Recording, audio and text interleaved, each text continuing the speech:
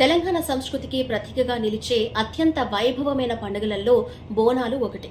అయితే ప్రతి సంవత్సరం ఆషాఢ మాసంలో జరిగే ఈ మహోత్సవం 2026లో జూలై 16 నుంచి ఆగస్టు 10 వరకు జరుగుతుంది.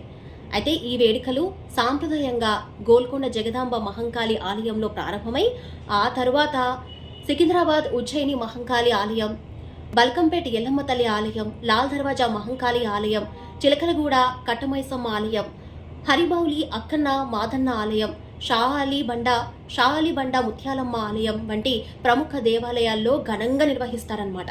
అయితే ఈ బోనాలను ఎందుకు జరుపుకుంటారు? అసలు ఈ బోనాలంటే ఏంటి అంటే, బోనం అంటే అమ్మవారికి సమర్పించే ఒక నైవేద్యం. బియ్యం, పాలు, బెల్లంతో తయారు చేసిన బోనాన్ని వేపాకులు, పసుపు, కుంకుమలతో అలంకరించిన కుండలో మహిళలు తలపై మోసుకుంటూ అమ్మవారికి సమర్పిస్తారన్నమాట. అయితే ఎందుకు సమర్పిస్తారంటే, వాళ్ళ కుటుంబానికి ఆరోగ్యం, శాంతి, సిరి సంపదలు కలగాలని, మొక్కులు నెరవేరేందుకు కృతజ్ఞతగా ఈ పండుగను జరుపుకుంటారు. బోనాల ప్రత్యేక ఆకర్షణలో పోతురాజు విన్యాసాలు ఉంటాయి. అలాగే ఘట్టం, ఊరేగింపులు, రంగం, డప్పు మూతల, జానపద కళారూపాలు, రంగురంగుల తొట్టెలు ప్రత్యేకంగా నిలుస్తాయి.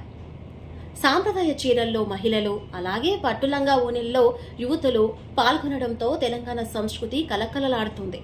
అయితే ఈ తెలంగాణ రాష్ట్ర ఆవిర్భావం తర్వాత బోనాలను అధికారిక రాష్ట్ర పండుగగా గుర్తించారు. ప్రతి సంవత్సరం లక్షలాది మంది భక్తులు ఈ వేడుకల్లో పాల్గొని మహంకాళి అమ్మవారి ఆశీస్సులు పొందుతారు. సో ఇదే తెలంగాణ బోనాల వైభవం, భక్తి, సంస్కృతి, సాంప్రదాయం కలిసిన మహోత్సవం.